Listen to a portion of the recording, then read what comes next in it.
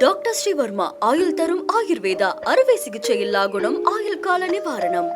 Yesterday courier private limited. Domestic international cargo உங்கள் இல்லம் தேடி வந்து கொரியர் புக்கிங் டெலிவரி செய்து தரப்படும். தலைப்புச் செய்திகள். அரியலூரில் வரும் 27ஆம் தேதி ராஜேந்திர சோழனின் 1000வது ஆண்டு விழாவில் பங்கேற்க உள்ளார் பிரதமர் நரேந்திர மோடி. ராஜேந்திர சோழனின் நினைவு நாணயத்தை வெளியிடுகிறார்.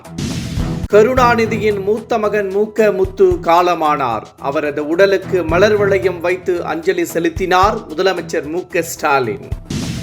பெண்களை பற்றி தொடர்ந்து தரக்குறைவாக பேசி வரும் சீமான் மீது நடவடிக்கை எடுக்க வேண்டும். வீரலட்சுமி போலீசில் புகார். திமுகவிடமிருந்து எப்போது பணம் கை நீட்டி வாங்கினார்களோ அப்போதே கம்யூனிஸ்ட் கட்சி முடிந்துவிட்டது. இபிஎஸ் பகிரங்க குற்றச்சாட்டு. தங்கம் விலை மீண்டும் உயர்ந்தது. ஆபரண தங்கம் சவரனுக்கு 480 ரூபாய் அதிகரிப்பு.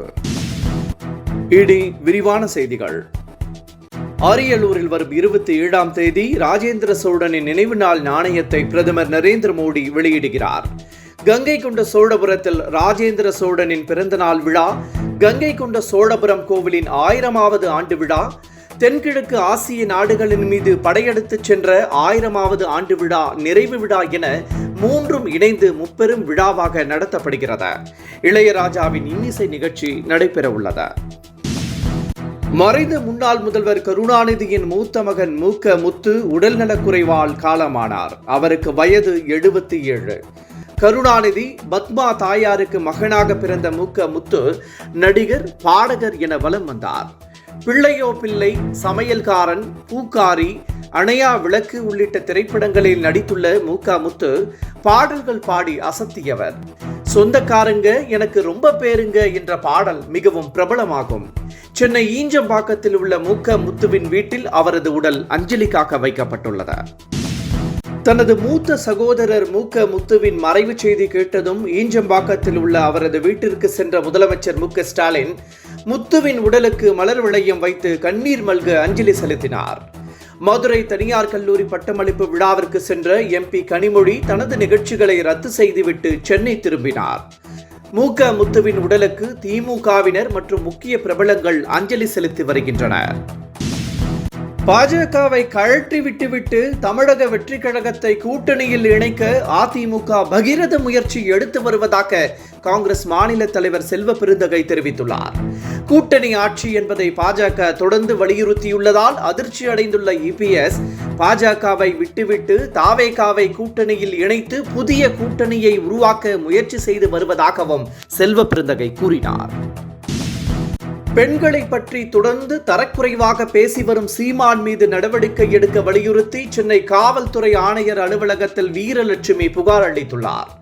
ரிதன்யாவிற்கு ஆதரவாக மகளிர் அமைப்புகள் ஏன் போராடவில்லை என கேள்வி எழுப்பியிருந்த சீமான் அவர்களை பற்றி தரக்குறைவான வார்த்தைகளை பயன்படுத்தினார். இதற்கு ஏற்கனவே கம்யூனிஸ்ட் உள்ளிட்ட கட்சிகள் கண்டனம் தெரிவித்திருந்த நிலையில் நடவடிக்கை எடுக்க வலியுறுத்தி காவல்துறையிடம் வீரலட்சுமி புகார் அளித்துள்ளார்.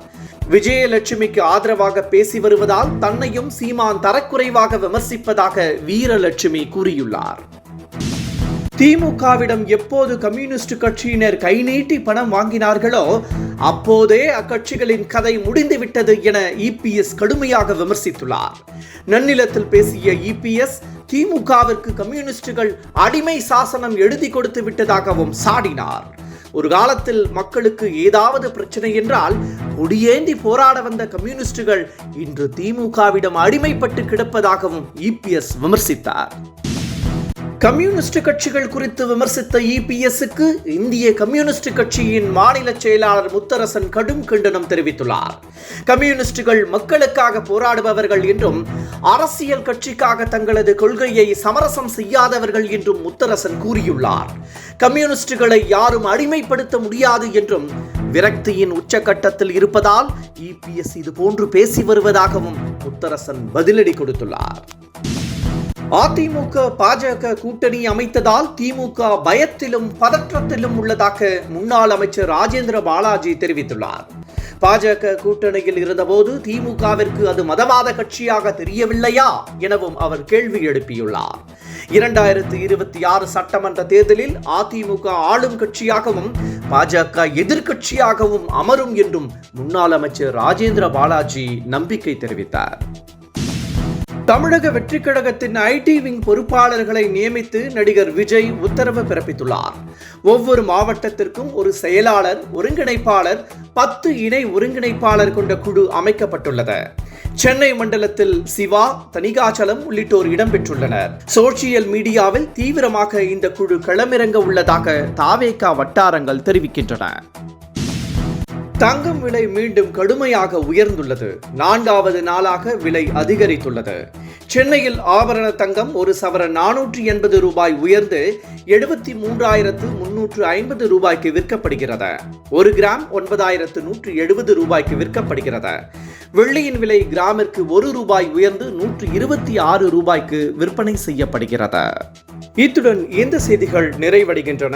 மீண்டும் மாலை 5 மணிக்கு சந்திக்கலாம். வணக்கம். என்றும் உங்களுடன் மை இந்தியா. முக்கிய செய்திகளை உடனுக்குடன் தெரிந்து கொள்ள சப்ஸ்கிரைப் பண்ணுங்க, பெல் பட்டனை பிரஸ் பண்ணுங்க. என்றும் உங்களுடன் மை இந்தியா. டாக்டர் ஸ்ரீவர்மா ஆயுள் தரும் ஆயுர்வேதா அறுவை சிகிச்சை இல்லா குணம் ஆயுள் கால நிவாரணம். Yesterday courier private limited domestic international cargo உங்கள் இல்லம் தேடி வந்து கொரியர் புக்கிங் டெலிவரி செய்து தரப்படும்.